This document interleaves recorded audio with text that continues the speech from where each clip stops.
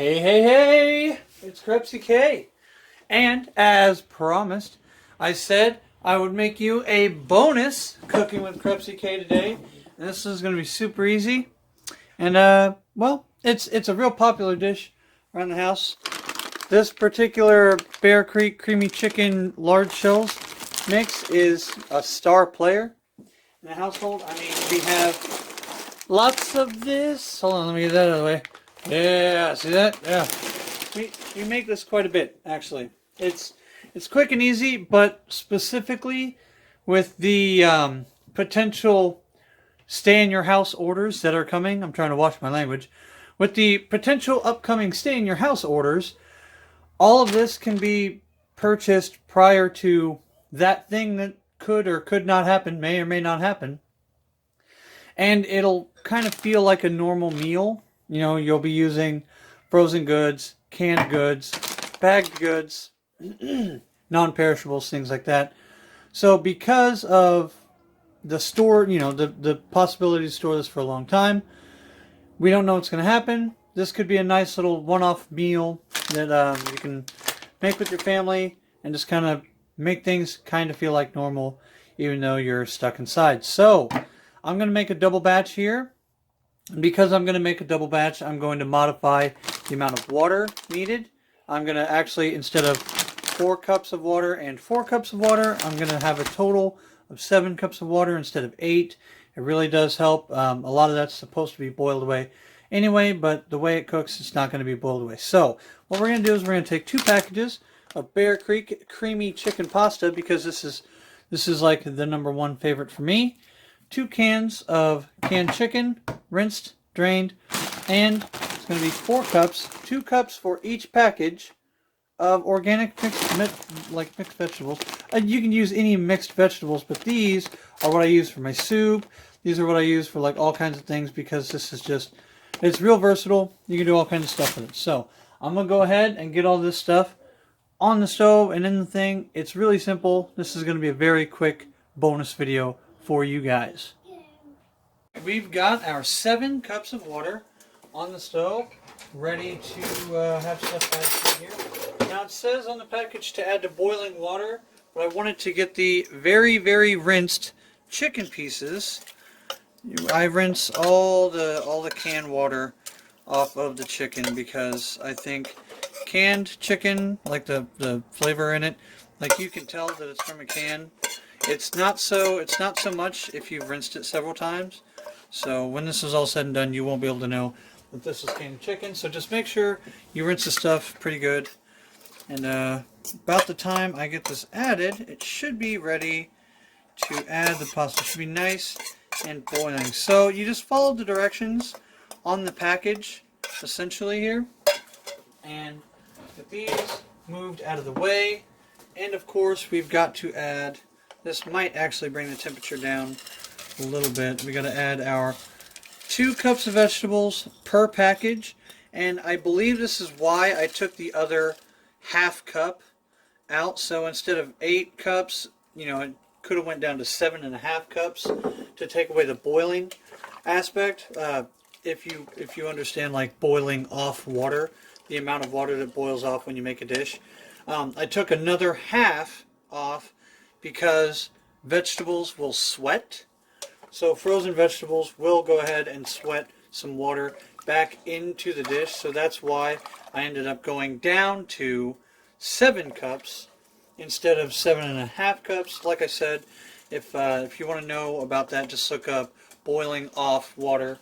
You can find it out there. So I'm going to get these packages open here. Like I said, this is a bonus video. This is just for people that, alright, we're going to go shopping, you know, one last time before everything goes inside for a while. So, you know, you're going to go shopping one more time. You could really buy any kind of packaged, you know, pasta mix, basically. But after trying very many of them, let's say, over the years, I've found that this one it has a good flavor, and the texture of the pasta always comes out really good. So we're going to add this to rolling boiling water, which may take a little bit longer than I wanted it to take. I think the frozen vegetables really put a wrench in that plan. But anyway, we're going to add these to the rolling boiling water.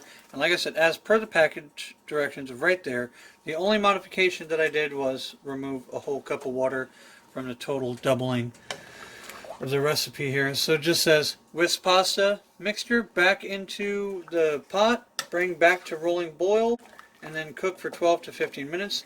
I mean, literally, this is follow the directions meal with added vegetables and chicken. But it comes out so good. You can serve it with like garlic bread, or if you really want your kids to like double down on the vegetables, you can make those vegetables that I made in the other video back there with the Hawaiian sliders, and you can get them to eat mixed vegetable chicken pasta and a little serving of like seasoned, quote unquote seasoned frozen veggies. So I'm going to go ahead, let this get back to a rolling boil, and then reduce the heat, and I'll see you guys when it's about time to be finished here, because it does say let stand for 5 to 8 minutes. We usually let it stand for about 10, just to make sure that all that excess water does get into the pasta and make its way out. So I'm going to go ahead, add the pasta right now.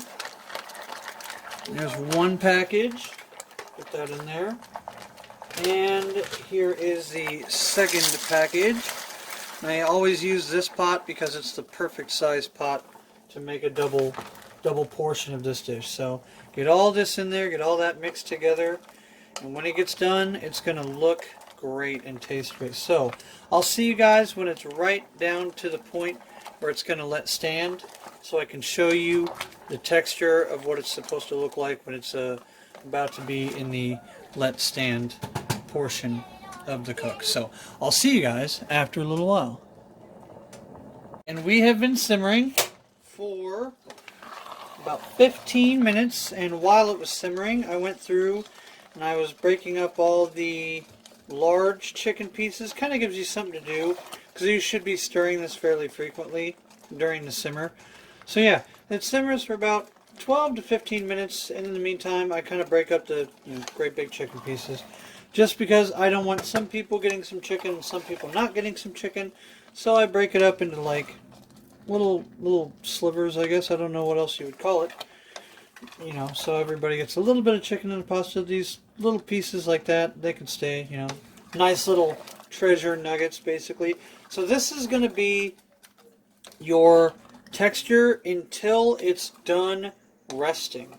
So, it does say let sit for 5 to 8 minutes. I give it a full like 10 to 15, because I want to make sure all of this pasta absorbs all the remaining water in the dish here.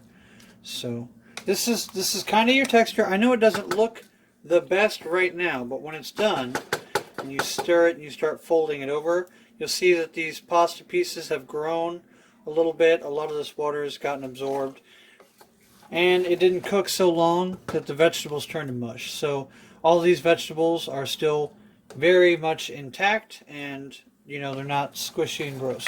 So that's all I wanted to point out. Alright, and we are done. As you can see, all that leftover water has left the pasta, and the noodles have expanded quite a bit here in the last 10, almost 15 minutes. I did take a little extra time to make some quick and dirty garlic cheesy bread on sliced bread. Real fancy stuff there. So this is your serving, a little good scoop there, and I'll be showing you how to make some quick and dirty, just toss it in the oven, garlic cheesy bread here. So I'm going to go ahead and call that done, and I'm going to get to my favorite part of the video, editing, where I get to eat this and chop off all the dumb stuff that I say. So I just want to say thank you all for stopping by. You all have a great day. This was KrepsyK, and I'm getting out of here.